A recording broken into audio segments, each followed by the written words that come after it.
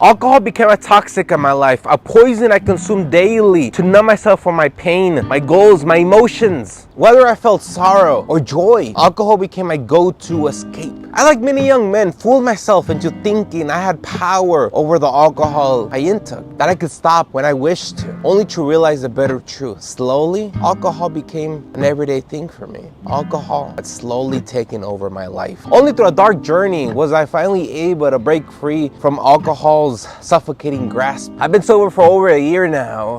One day at a time, I'm rediscovering myself, finding my purpose, the purpose I long lost due to the evil that came with alcohol. I know many of you guys are in the same boat. Many of you guys are drinking recklessly, partying every single day, drinking without an end. Yes, everybody tells you about the direct consequences like your health, problems that come with excessive drinking, but nobody ever tells you about the indirect consequences, like sacrificing your dreams for alcohol. Now, this video isn't for the few that are able to take 1 or 2 drinks and call it quits. This video is for the people that just can't stop, can't control themselves, that think that they control alcohol, but they really don't. Hopefully my story serves to inspire you and put you in the right direction before it's too late, before you go too old and regret it for the rest of your life. I was a bright young kid growing up. I come from a Mexican household, and if you know Mexicans, right, you know that they drink a lot. Tequila was invented in Mexico, and I had vast dreams as a little kid. I don't know where these dreams came from. I told everyone that I was going to be president of the United States one day. Maybe my influence from watching Naruto all day, him wanting to be Hokage, really got to me. I was like, I want to manifest becoming president just like Naruto did. And the reason I bring up my dream of wanting to become president of the United States is because it ties in with the story of how that helped me overcome my alcohol addiction. The act of wanting to become president gave me purpose, gave me a way to be able to escape the shackles of alcohol. Growing up, I really didn't like anything, so I don't blame my parents. Okay, they always were with me. Yes, they divorced, but that's common in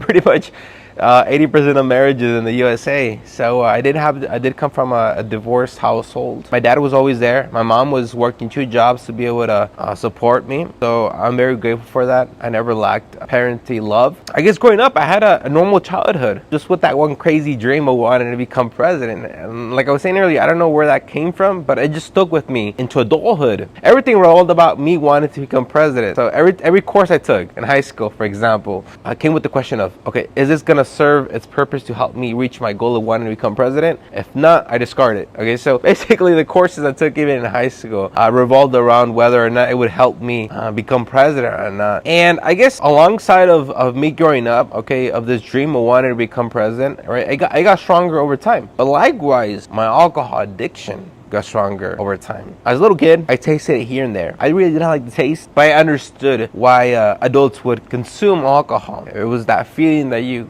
got, right? That buzz, that sensation that a lot of adults like. As I grew up, I started, I guess, drinking more and more alcohol. I saw it as normal. Okay, I'm Mexican. I gotta live up to my culture. Every winter, I'd go to Mexico, and in Mexico, there is no law. Even as a young kid, I could drink beers. Okay, they wouldn't tell me anything. In Mexico, my alcohol addiction further developed. But like any young kid, I thought, I don't have an alcohol problem. I control alcohol, right? What does alcohol do to me? If I want to stop, I can stop. So every winter, I would go to Mexico and get hammered. It was like a norm for me and for my cousins. We go back to see family. Okay, it was a joyous event. Alcohol was involved. I would sneak a beer or two as a little kid. By the start growing up, I started doing it publicly. They wouldn't say anything just because it's normal in Mexico. There is an age restriction, but like, do people practice it of drinking only over 18? No. You can easily bribe the police if they do find that you're or the local government if you are letting minors drink. I did it more sneakily in the USA because in the USA you can't drink until you're 21. Now that I think about this, I actually understand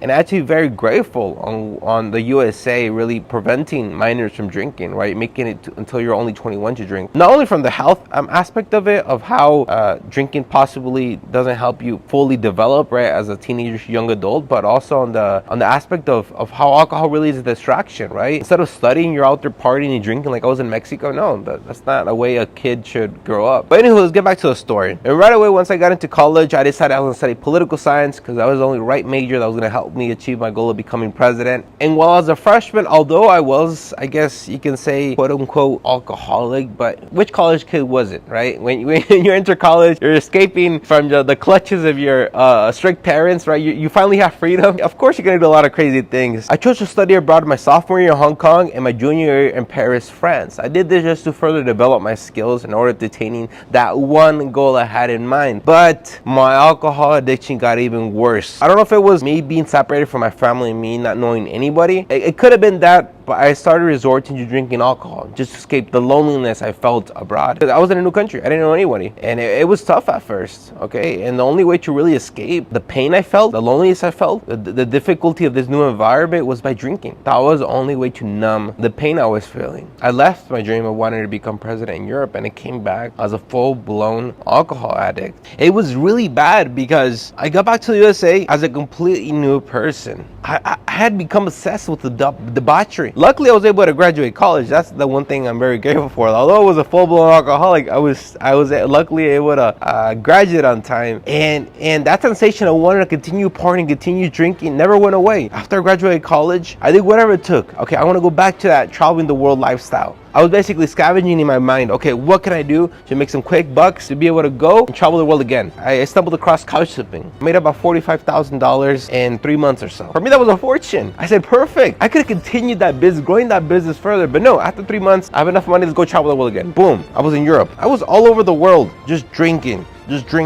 partying, drinking. And I look back to some of my lives that I remember I did a live in South America, in Colombia. I feel so embarrassed. One of my family members asked me in the live, how are you doing? I told them, oh, I'm so hungover. I was drinking the whole night before. Hola, Lulu, ¿cómo andas? Fíjate que ando bien crudo. A ver, más de una amanecí. Pura fiesta. Lulu, pura fiesta. And look at that video now, I'm like, that was me? That's embarrassing. I said it with such pride. That I was hungover. Instead of saying, I'm so tired, I just woke up because all night I was building a business. No, I was tired because I was partying all night just drinking. My lowest point was July 2022 while I was in Mexico. That day I was drunk out of my mind. I was my doom buggy with 2 other friends. I was drunk. They were also drunk too, right? But I was under the influence driving. What the hell was I doing driving? For some reason that day I wanted to test out my doom buggy because the doom buggy is good for mountains. And I was going fast. I was doing fast turns. And in one turn, I miscalculated.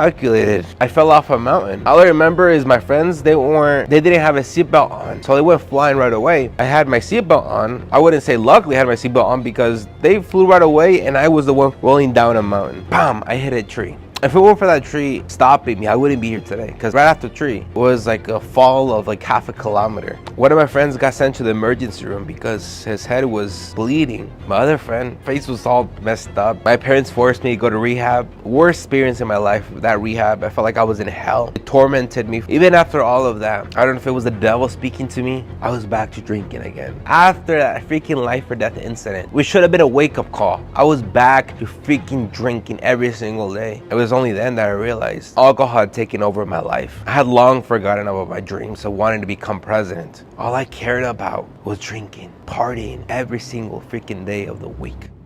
It wasn't until one rainy night in May 2023 that I said enough is enough. I'm gonna stop drinking and actually do something with my life. This particular night, there was a festival going on in a neighboring town. With a couple of buddies of mine, we went to this town. We got bottles, we were drinking, we were having fun. The party ended around 4 a.m. And the thing with Mexico is there is no Uber. Sadly, in a lot of rural areas, there is no Uber. And you really can't call anyone just because in a lot of rural parts of Mexico, there is no signal. And I remember asking my buddies, so who's gonna drive? Because I couldn't drive. I knew I was somewhere else. So one of my buddies decided he's gonna take the wheel. He said he was sober enough. No, the horrible mistake. This guy was freaking going full throttle, eating every speed bump. I was like, no, you cannot drive. I looked at the other guy. I was like, no, this guy's not gonna drive.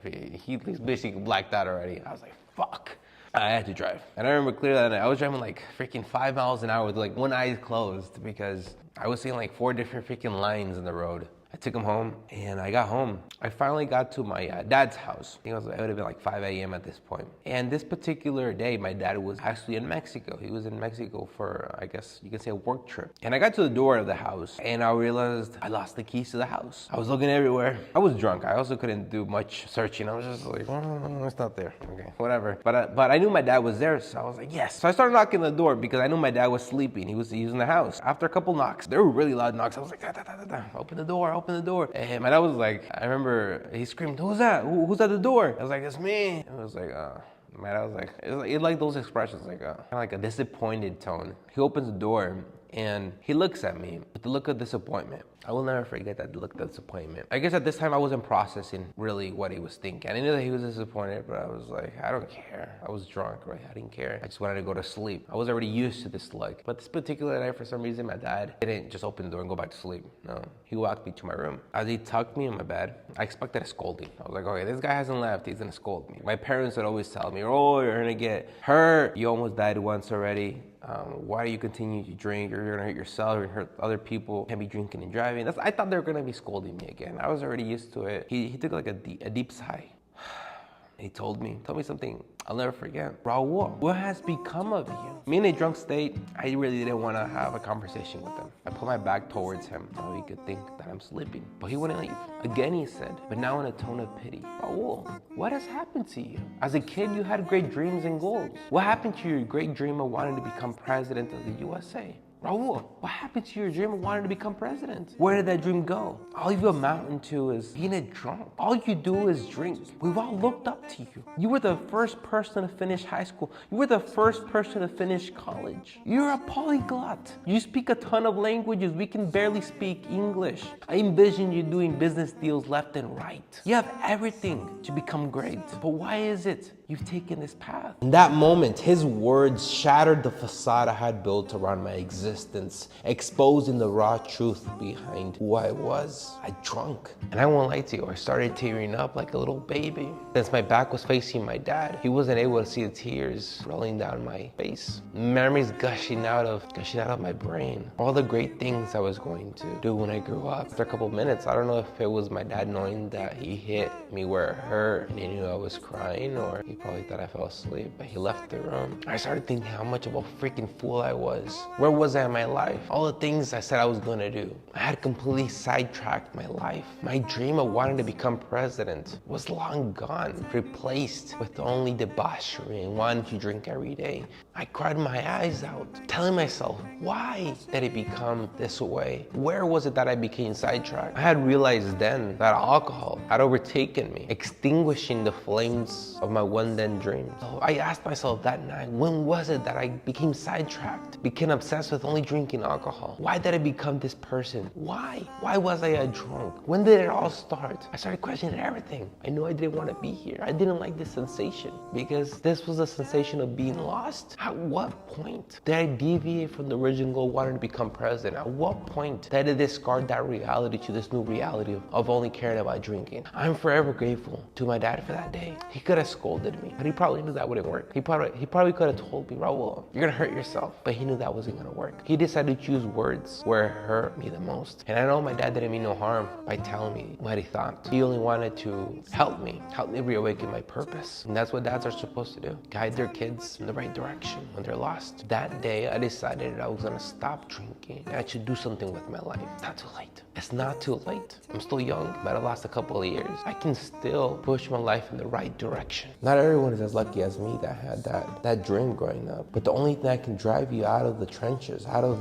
the pit of drinking every day, out of addiction, is giving yourself a purpose. Because without a purpose, there is no meaning to this life. And without meaning to this life, you don't care if you drink every day the rest of your life. You don't care if you hurt your loved ones by drinking. What's the point of living, right? What's the point of doing damage to you? Either way, there's no meaning to this life. But no, that's not the way you should be looking at things. Just know that you have limitless potential. You can become anything you put your mind to. It's never too late to grab a hold of your life and control your destiny. I've been sober for the past year or so. One day, I'm eventually going to have to face this past addiction head on. But now's not the right time. Now's the time for building. Now that I have this clarity in mind, I don't go back to that bottomless pit, that void that can never be filled with alcohol. If you're still lost, you're still battling an alcohol addiction, I'm not sure what your destiny could be. But one thing's for sure, you continue drinking alcohol, you ain't going anywhere. I recommend your book. It's changed my life. It's made me look at life completely different. It's helped me realize what I need to do in order to realize my goal of becoming president. It's called Reality Transurfing. This book, I promise you, will drive you in the right direction. Trust me on this one. I recommend you guys watch a video I made recently called Monk Mode. Right here. Monk Mode's about sacrificing temporary fun, joy for a life of glory.